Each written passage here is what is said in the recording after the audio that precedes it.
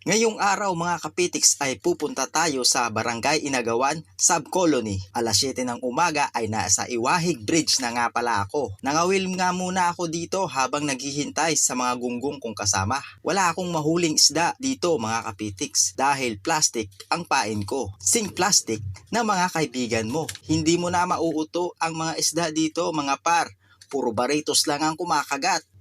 Alas 9 bago dumating ang mga gunggong kong kasama. Hindi ko nga alam kung nagsipagpaalam ba ito sa kanilang mga asawa. Magre-relax muna kami ngayong araw. Hanggang saan nga ba aabot ang gasolina ng mga gunggong na ito? Dahil sa bilis ng patakbo namin mga par, nanalangin muna ako. Jesus sa krus, ika'y namatay para muling ibigay. Tulungan mong magsimulang muli, buhay ko'y para sa'yo.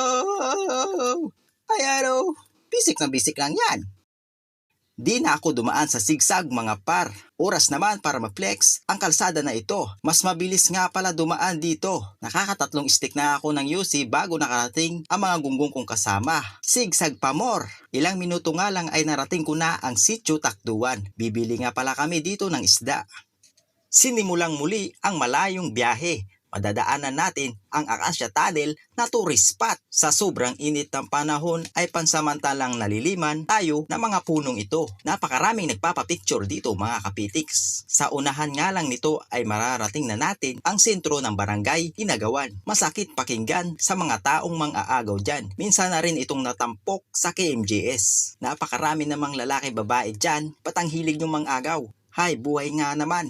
O siya, malapit na ang biyahe. Sa unahan ng Elementary Subcolony ay mararating ang papasok papuntang pader. Nagpagasolina nga muna ako dito sa Gabo Store. Uso nga pala yan dito sa mga tindahan, yung mga deboteng gasolina. Sa sobrang ganda ng tindera dito mga par, ay nagpapugi na si Bong Revilla. Nagtry nga pala ako dito kung pwede ma-scan ang Caltex sticker ko. Sayang kasi ang points mga kapitiks. Kung gusto nyong pumunta dito mga kapitiks, ay tandaan nyo lamang ang punong yan. Diyan na yung papasok, papuntang pader. At may tindahang Gabo Store. Mabato at puro laterite pala ang mga dadaanan nyo dito, mga kapitiks. Huwag lang kayong pumunta ng Tagulan dahil sobrang maputik at syempre, huwag kayong pupunta kung wala kayong tour guide papuntang pader dahil siguradong maliligaw kayo dahil halos 1 oras daw ang lakaran. Sa mga sangang daan pala mga kapitiks, ay sa kaliwa kayo dadaan. Total, sanay naman kayo mga liwa, di ba? Gawain nyo naman yan. Sige, kaliwa lang ng kaliwa.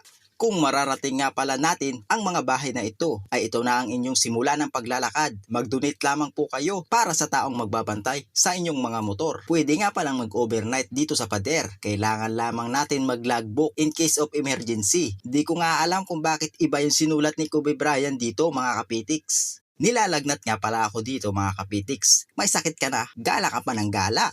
Maglakad na tayo mga kapitiks. Apakaraming bato. Sheesh! Mukhang hindi na tayo mga kapitiks nito. Bugbog na tayo sa kakalakad niyan mga par. Malaking advantage nga pala ang pagiging vlogger sa mga ganitong lakad. Dahil hindi mo na kailangan bumitbit ng mga gamit. Vlogger ka kasi par. Vlogger kasi ako eh. Hello? Ayaw ko rin kayang magbitbit ng manok ng kapitbahay mga par.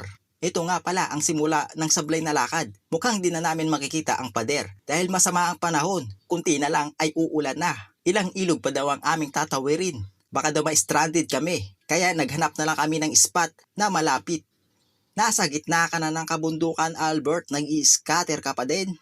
At ito na nga ang ating spot. Sisimulan na nila ang pagluluto. Hindi ko na sila kailangang tulungan dahil vlogger ang papel ko. Chillax muna kami mga kapitiks dahil subsub na kami sa kakatrabaho. Hindi ko nga akalain may barbero pala kaming kasama. Scripted nga pala yan yung pagbitbit niya ng gatong para lang masama siya sa video. Nangawil na nga pala kami dito para may libangan.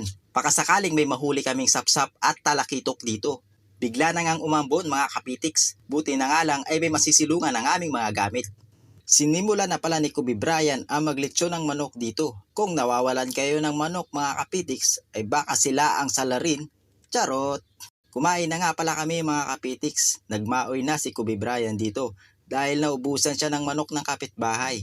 Oras na mga kapitiks para magbabad. Nasubrahan ng alak pala si Kobe Bryant dito. At dito na natatapos ang lahat. Maraming salamat sa pagsama sa walang kwentang bidyong ito. Nasayang lang ang data mo.